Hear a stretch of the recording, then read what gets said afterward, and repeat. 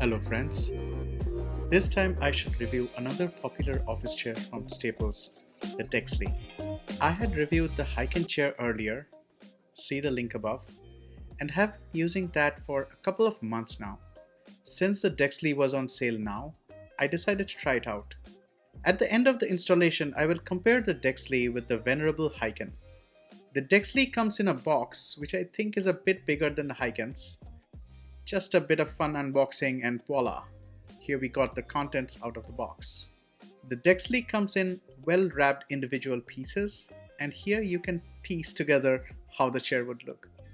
Like Hyken, hardware for the Dexley arrive in cute labeled pouches along with a manual, which makes installation pretty straightforward.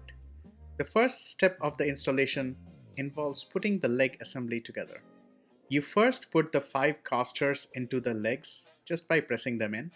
Note that the wheels are bigger and they look to be a bit better than the Hyken wheels, which are the ones without spokes here. Then you put the compression mechanism into the wheel and the leg assembly is ready to receive the rest of the chair. The bottom of the chair has metal lined holes, and these are the 3 you would use for the armrest. The corresponding part of the armrests have slots so that you can attach the armrests closer or further away based on how far you need them apart. So while the armrest distance cannot be adjusted after assembly, you can think ahead and allow yourself more or less room. In my case, I attached the armrests as close as I could. You would want to break out your drill and a 3/16 inch hex screw for this. There is quite a bit of screwdriving to do and the included hex key is no fun. Notice that the armrest screw-in parts are actually made of plastic, unlike the Hyken where it is made of metal, so you wouldn't want to over-tighten. Once the armrests are in, you move to step 4 where you put these blue screws in to put in the under-seat assembly. This one is simple, just match the front denoted in the assembly to the front of the chair, find the 4 holes in the bottom of the seat and the 4 slots in the assembly. Then you center the screws into the slot and put them in. The backrest is a bit of pain to put in. You have to hold it suspended in position while putting the green screws in. I used my foot to hold it in place, but I would recommend using a block or something that allows you to move and is not as uncomfortable. Again, the backrest has slots, so you can pre-adjust your seat depth based on whether you push the backrest forward or back when putting in the screws. Note that the combo moves a lot when putting in the screws, so I suggest tightening the screws at the end by hand rather than with a drill, as you are able to control the relative movement between the backrest and the mounting area on the seat a little better. Next, you put the upper chair assembly onto the leg assembly and get someone to help you here. I suggest putting the headrest in while the seat is upside down, because putting the 2 yellow screws into their slots is very hard to do without seeing where they are going.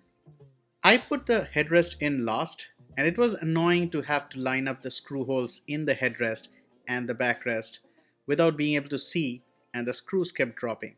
Again, much better done when the backrest is upside down. And that's it, your chair is put together. Now I'll give you a tour of the features as well as a side-by-side comparison with the Hyken chair. I will not compare their looks as that is very subjective. Plus, I actually have the charcoal version of the Hyken rather than the black one. The Dexley comes in only one color, black. Objectively, the Dexley is definitely bigger. You can compare the dimensions online, but the size difference is apparent even visually. The armrests on the Dexley are slightly softer and the raising, lowering mechanism is quite easy to use, especially when sitting down. In comparison, the armrests on the Hyken are more rigid and the mechanism is not as smooth or convenient. The mesh on the Dexley seat is not contoured. It is strung straight across but not quite up to the edges, which are raised and slightly cupped. For a bigger, heavier person, the Dexley will provide ample support and also more room as the seat is wider. The Hyken, on the other hand, has mesh all the way to the edges, and the mesh is contoured from side to side. The narrower seat and the concave contour would feel more comfortable to a lighter person. The headrest on the Dexley goes up and down and tilts. It is more customizable than the Hyken, which can only tilt. The up-down feature is better for taller people. As I said in my Hyken review, people over 5'10" might find the headrest too low for them. The Dexley allows you to recline in the chair, but you cannot lock it in that position. The single lever allows you to raise, lower the chair, and when pushed in, to prevent the chair from reclining. On the other hand, the Hyken has two levers, the left one exclusively for locking and unlocking the tilt recline in any position. This makes the Hyken much more comfortable for reclining, as you don't have to keep fighting the spring that wants to straighten the chair. All in all, both the Hyken and Dexley are great chairs, but I feel that they are best for different customer bases. The Hyken is a better chair for small to average sized people, while Dexley is better suited for bigger and taller people with the wider seat, more taut mesh, bigger wheels, and a headrest that goes higher. I wouldn't worry about the other minor feature differences such as armrest softness, recline lock, etc., and choose the chair that fits your overall needs better. So that was a review of the Dexley and a side-by-side comparison with the Hyken. Which one did you choose and why? Please leave your comments below and like and subscribe if this was helpful. Thanks for watching.